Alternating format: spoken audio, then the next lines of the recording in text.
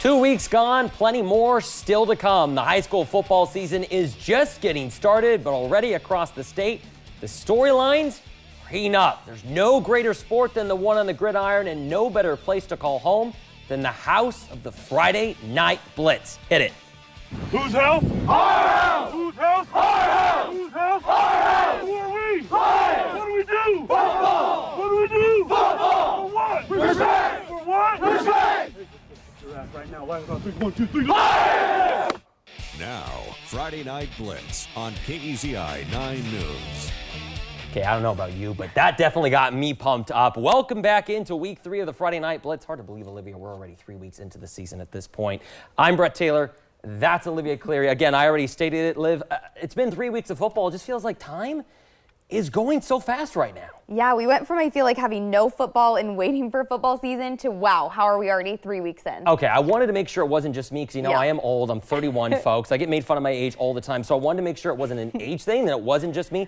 So that's good to see. Not the unk status. No, not the unk status just yet. Well, with the speed of the season moving along comes the start of league action as well, but none potentially bigger than at Thurston High School tonight. A season ago, the Colts finished 3rd place in the Midwestern League, Olivia. Their worst finish since 2015. But a new year means a new chance to reclaim what was once lost. Thurston taking on Eagle Point for our game of the week. Head coach Justin Stark said earlier in the week he wanted to see a hunger from his team in this game, and they did just that. First quarter, Emmett DeStefano back in the shotgun, got a man open. It's Payne Ferreira, 27 yards, stumbling, rumbling down into the red zone.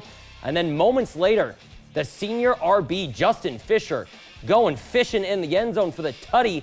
Colts would go up 7-zip, but hold the phone, we're not done yet. Next Eagles drive, Mason DeVry picked the freshman Camden Nosak, 33-yard house call. That's how you make a name in the Midwestern League. Thurston goes up big in the opening minutes, and we're not even close to being done. Later in the quarter, Fisher back to work, cutting right, seams the edge and punches the rock back in. 100-yard plus yards on the ground and 3 tutties. Not bad for the senior.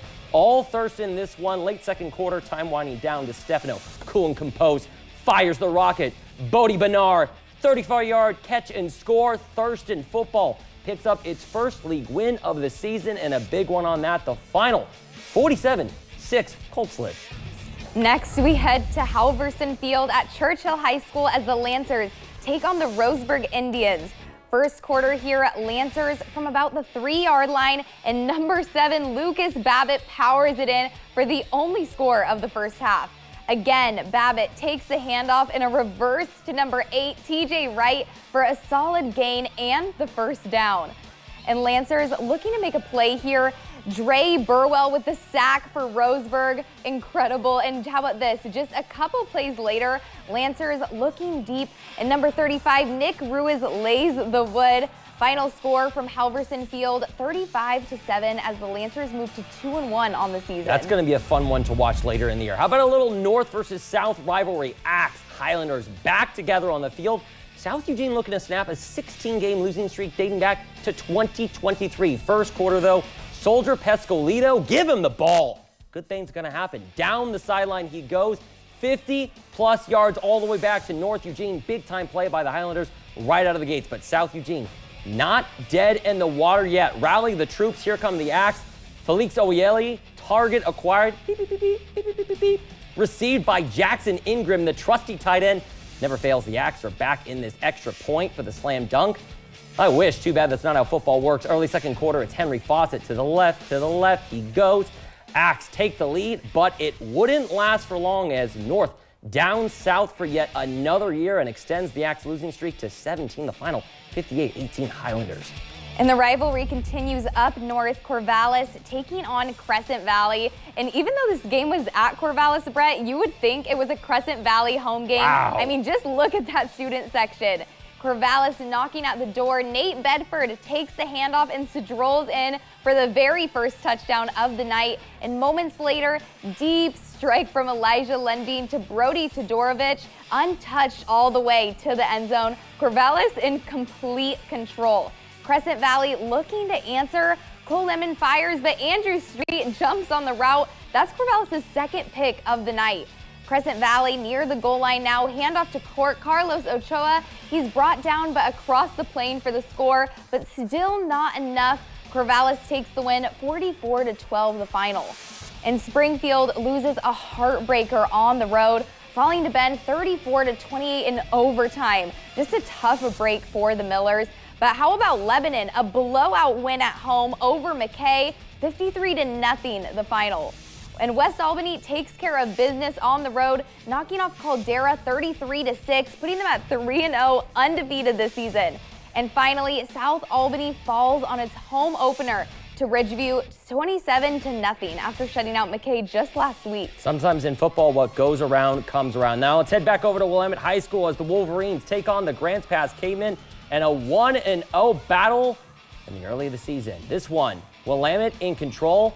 And coming out of the start of the second half, full steam ahead. Maverick Akers taking it in all the way past the goal line. This kid is special, Olivia. Grants Pass, though, needing to regain some of the momentum after the score, and they get it with a beauty of a throw and an even better grab from Brevik Hill. Still don't know how he came down with that one, but the Wolverines immediately responding back with a beautiful option play. Zuzi Olawanya takes it in for 6 more points. Feed the studs left and right. Let's give it back. It's Maverick Akers breaking a couple of tackles. We've seen him do this time and time again. That's another Wolverines touchdown. Caveman looking to make some of that late magic happen, and there he is again. MVP of the night. It's Akers gets the ball back. Akers gets the ball back for the Wolverines. Willamette dominates with a 56-21 dub to move to 2-0 on the season.